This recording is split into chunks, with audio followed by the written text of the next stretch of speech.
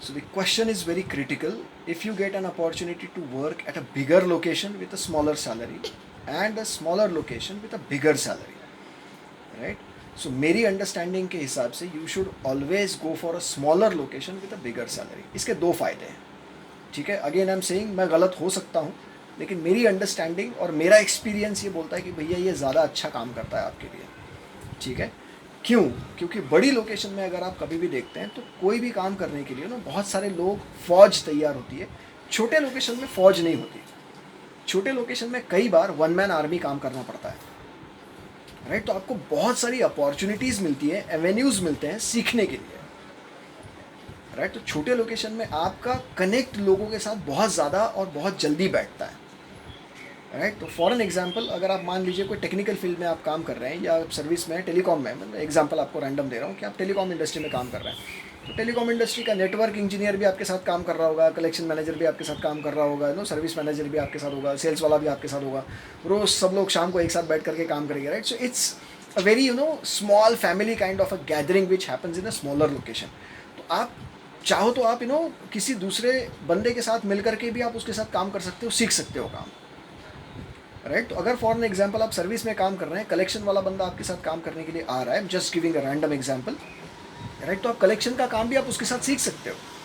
Sales वाले बंदे के साथ अगर आप किसी सेल्स कॉल पे चले जाओ तो आप सेल्स का काम भी सीख सकते हो, right. This doesn't happen in bigger location, right. वहाँ पर लोग, कई बार हम लोग ये हो जाता है ना कि हम लोग सैलरी हम लोग कॉम्प्रोमाइज़ कर लेंगे, लेकिन बड़े लोकेशन में हमको बहुत कुछ सीखने के लिए मिलेगा. मेरी एक्सपीरियंस के हिसाब से आज तक ऐसा बहुत रेयरली हुआ है कि आप बड़े लोकेशन में तो आपको बहुत कुछ सीखने के लिए मिला. उल्टा जब आप छोटे लोकेशन में होते हो तो इतने सारे चैलेंजेस को आप सामने फेस टू फेस आप उसको करते हो ना, तो आपको सीखने के लिए ज़्यादा मिलता है,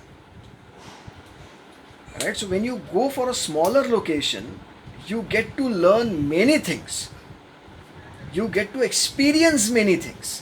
Again I'm saying I may be wrong, लोगों के अपने अपने एक्सपीरियंस हो सकते हैं, लेकिन मेरा एक्सपीरियंस ये बोलता है कि आप छोटे लोकेशन में अगर आप जाते हो at the start of your career, right, at the start of your career you get to learn many things and those things will help you to climb up the ladder faster,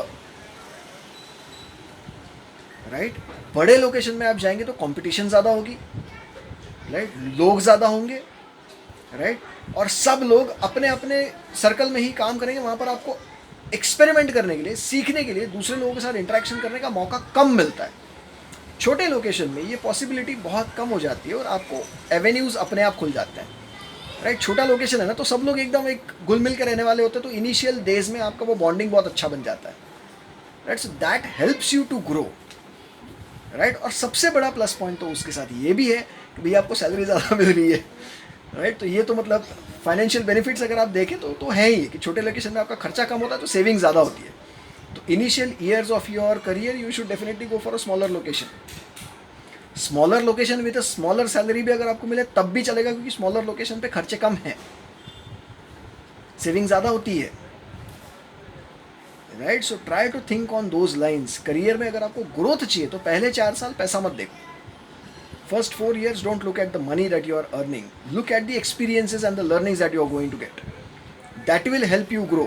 फिर आपका पैसा अपने आप बढ़ता है. पहले 4 साल अगर आप लोकेशन पे लटक के रह गए तो शायद आपको थोड़ा बहुत आप ग्रो कर जाओगे, लेकिन वो जो एक्सपोनेंशियल ग्रोथ जिसे हम लोग बोलते हैं ना, डबल ग्रोथ हो गई, ट्रिपल ग्रोथ हो गई, वो थोड़े चांसेस कम हो जाते हैं. अगेन आई एम सेइंग, ये मेरा अपना खुद का परसेप्शन, एक्सपीरियंस और अंडरस्टैंडिंग है. I may be wrong, but you should always take this factor into consideration. Clear with this?